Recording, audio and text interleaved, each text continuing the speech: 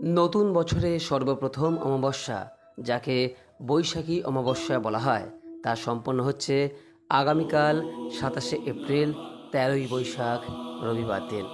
যদিও এই অমাবস্যা তিথি শুরু হচ্ছে আজ 12ই বৈশাখ, শনিবার রাত্রি 3:38 থেকে, এবং এই অমাবস্যা তিথি থাকছে আগামীকাল রবিবার রাত্রি 1:12 পর্যন্ত। যেহেতু উদয়া তিথি মেনে সমস্ত কিছু পালন করা হয়, তাই নতুন বছরের এই সর্বপ্রথম অমাবস্যা পালন করা প্রয়োজন আগামীকাল রবিবার দিন। এই বৈশাখী অমাবস্যা কেন গুরুত্বপূর্ণ, এর মাহাত্ম্য কী, এই দিন কোন কোন বিষয় পালনের কথা বলা হয়, তা আজ এই ভিডিওতে আপনাদের সামনে বিস্তারিত আলোচনা করব। আশা করি দর্শক বন্ধুরা এই ভিডিওটি আপনাকে সমৃদ্ধ করবে। নমস্কার দর্শক বন্ধুরা, অমৃত কথা এই চ্যানেলে জানাই আপনাদের সুস্বাগতম। ভারতীয় দর্শন, শাস্ত্র এবং বিভিন্ন দেবদেবীর পূজা অর্চনা পদ্ধতি এই চ্যানেলের মূল আলোচনার বিষয়বস্তু। বন্ধুরা, বৈশাখী অমাবস্যার গুরুত্ব প্রসঙ্গে শাস্ত্রে বলা হয়েছে যে এই বৈশাখী অমাবস্যার দিনই ভগবান শ্রীবিষ্ণু সর্বপ্রথম মৎস্য তথা মাছের অবতারের আকারে পৃথিবীতে তার প্রথম পদক্ষেপ নিয়েছিলেন, যা সত্যযুগের সূচনাকে নির্দেশ করে। কিংবদন্তি অনুসারে ভগবান শ্রীবিষ্ণু মহাপ্লাবন থেকে বিশ্বকে রক্ষা করার জন্য মৎস্য অবতার গ্রহণ করেছিলেন। হায়গ্রীব নামে এক অসুর যখন পবিত্র বেদ চুরি করেছিল, তখন ভগবান শ্রীবিষ্ণু সেগুলি উদ্ধার করার জন্য মৎস্যরূপ ধারণ করেছিলেন। অসুরটি যখন সমুদ্রের তলদেশে লুকিয়েছিল, ভগবান শ্রীবিষ্ণু মাছের মতো সেখানে নেমে এসে হায়গ্রীবকে পরাজিত করে এবং বেদ পুনরুদ্ধার করে। এইভাবে তিনি বিশ্বের শৃঙ্খলা ফিরিয়ে আনেন। তাই শ্রীবিষ্ণুর মৎস্য অবতারের সঙ্গে এই বৈশাখী অমাবস্যার দিনটিকে গণ্য করা হয়। অন্যদিকে সাবিত্রী এবং সত্যবানের ঘটনাটি নিশ্চয়ই আপনি জানেন। হিন্দু পুরাণ অনুসারে বৈশাখী অমাবস্যার দিন মৃত্যুবরণ করেছিলেন সত্যবান। তাঁর স্ত্রী সাবিত্রী খুবই দৃঢ় প্রতিজ্ঞ ছিলেন এবং তার স্বামীকে বাঁচানোর জন্য সমস্ত কিছু করেছিলেন। যেদিন তার স্বামীর মৃত্যু ঘটল, সে তাকে বনে নিয়ে গেল। মৃত্যুর দেবতা যম যখন তার কাছে পৌঁছালো, সে তার বুদ্ধি ব্যবহার করে যমকে ছাড়িয়ে যায়। সাবিত্রীর ভক্তি এবং সংকল্পে মুগ্ধ হয়ে যম তাকে বর দেন এবং সত্যবানের জীবন ফিরে আসে। আর এই সমস্ত ঘটনাই হয় বৈশাখী অমাবস্যার দিনে। রাজা হরিশ্চন্দ্র এই বৈশাখী অমাবস্যার দিনে পূজা এবং ভগবান শ্রীবিষ্ণুর কাছে প্রার্থনা করে পরিত্রাণ পেয়েছিলেন। অন্যদিকে এই বৈশাখী অমাবস্যার দিনই পালন করা হয় শনি জয়ন্তী উৎসব। তাই নানা দিক থেকে এই বৈশাখী অমাবস্যা একটি অত্যন্ত গুরুত্বপূর্ণ দিন। বন্ধুরা, বৈশাখী অমাবস্যায় শাস্ত্রে যে সমস্ত পালনীয় বিধিগুলির কথা বলা হয়েছে, তার মধ্যে অন্যতম হল অশ্বত্থ বৃক্ষে জলদান এবং প্রদীপ প্রজ্বলন। বন্ধুরা, বলা হয় অশ্বত্থ বৃক্ষে বিভিন্ন দেবদেবীরা বিরাজ করেন। তার পাশাপাশি পূর্বপুরুষদেরও নিবাসস্থল হিসেবে অশ্বত্থ বৃক্ষকে গণ্য করা হয়। এই বৃক্ষ আমাদের কাছে একটি অত্যন্ত পবিত্র বৃক্ষ।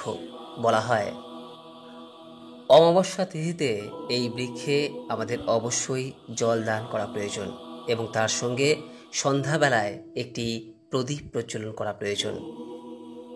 তাই এই বৈশাখী অমাবস্যার দিনে এই কাজটি পারলে অবশ্যই করার চেষ্টা করুন। এই কাজটি আপনি মঙ্গলবার এবং বুধবার উভয় দিনই সম্পন্ন করতে পারবেন। দ্বিতীয়ত বন্ধুরা, প্রত্যেকটি অমাবস্যা পিতৃপুরুষদের উদ্দেশ্যে সমর্পিত।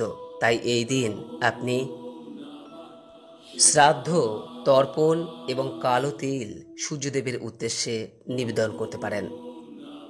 আর সম্ভব হলে অবশ্যই গঙ্গা স্নান করুন অথবা যে কোনো পবিত্র নদী বা জলাশয়ে সকালবেলায় স্নান সম্পন্ন করে সামান্য কিছু দান করুন।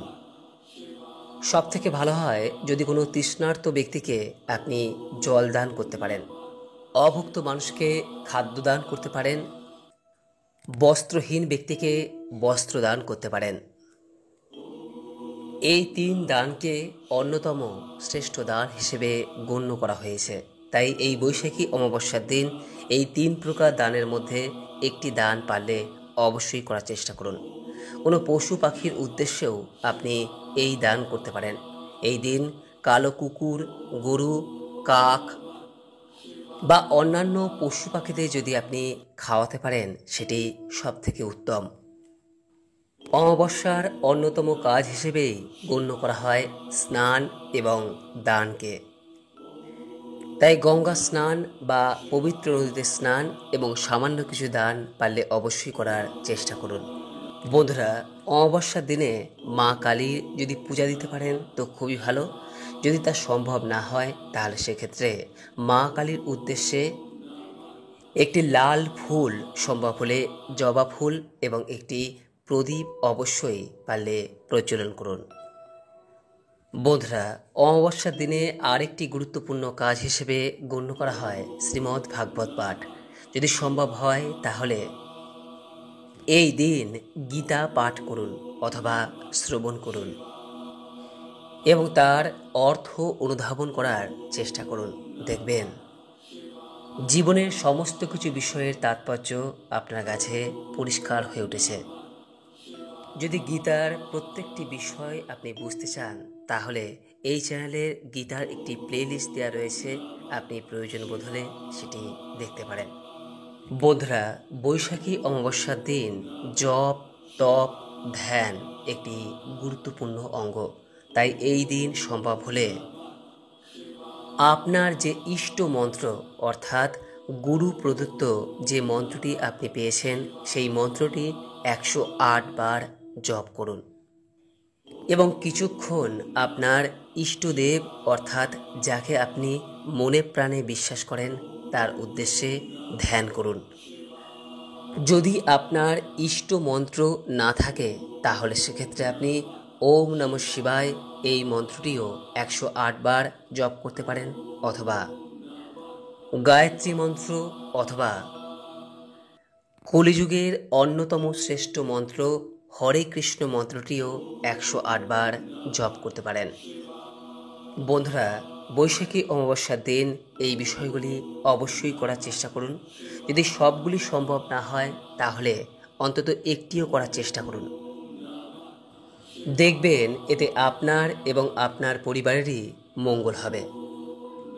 এই দিন চুল, নখ, দাড়ি কাটা প্রভৃতি ক্ষৌর কর্ম থেকে দূরে থাকুন। যতটা সম্ভব চেষ্টা করুন তামসিক আহার পরিত্যাগ করে সাত্ত্বিক আহার গ্রহণ করতে এবং কোনো দুস্থ ব্যক্তিকে এই দিন খালি হাতে ফেরাবেন না। কোনো পিতৃতুল্য বয়স্ক ব্যক্তি বা পিতামাতাকে এই দিন কখনোই অপমানসূচক কথা বলবেন না, তাদের উদ্দেশ্যে খারাপ ব্যবহার করবেন না। বৈশাখী অমাবস্যার দিনটি শ্রদ্ধার সঙ্গে পালন করুন এই আশা রেখে আজকের মতো ভিডিওটি এখানেই শেষ করলাম। নমস্কার, ধন্যবাদ। ঈশ্বর আপনার মঙ্গল করুন।